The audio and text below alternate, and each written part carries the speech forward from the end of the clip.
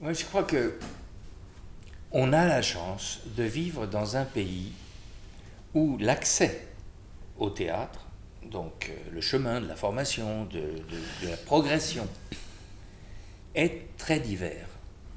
Il y a les écoles nationales supérieures, les écoles pluridisciplinaires, les écoles monodisciplinaires, il y a les cours d'art dramatique, il y a la vie sauvage des compagnies. On peut entrer par où on peut, où on veut. Hein. Moi, je souhaite que ça dure.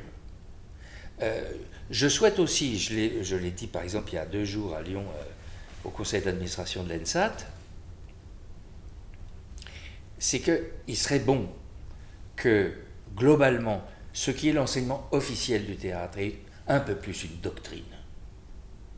Que chaque école ait un peu un axe dans cette doctrine. D'accord. Qu'on choisisse d'aller se présenter au concours de telle école pour telle ou telle raison, et pas dans une sorte de magma pour des raisons géographiques, et que les directeurs de ces écoles ne se contentent pas de faire collection d'intervenants. Alors, sans principe directeur. Sur ça, l'autre question qui en fait combine, et je pense que tu peux répondre de façon double. Est-ce que, parce qu'on a vu la disparition d'enseignements techniquement très pointus, comme on faisait sur Meyerhold, sur Grotowski, sur Stanislavski, alors l'avantage c'est que ça permettait des comédiens qui étaient à la fois des gymnastes, qui étaient des virtuoses et qui avaient une technique, un socle technique. Est-ce que justement, ce qui est en train de se passer, l'inverse, c'est de former des acteurs touche-à-tout?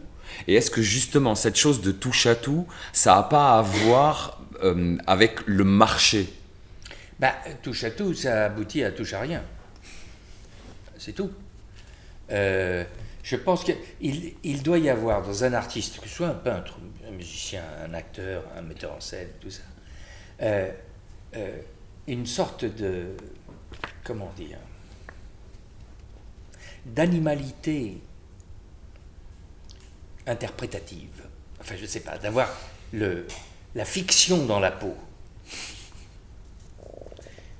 d'avoir de la révolte organisée dans la tête, et d'avoir un corps et une voix. Il y a des acteurs qui n'ont pas de voix.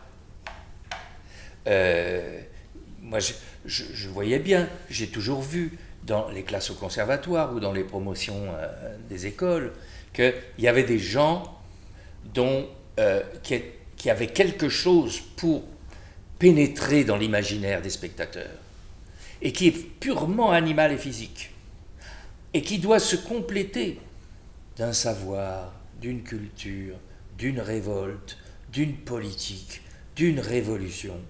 Tout ça, à des degrés divers, chacun sa mère. Il faut que, comme disait Diderot, il faut étendre son esprit. Et un acteur, c'est aussi fait pour étendre l'esprit des spectateurs. Et pour étendre l'esprit des spectateurs, il faut soi-même avoir étendu son esprit.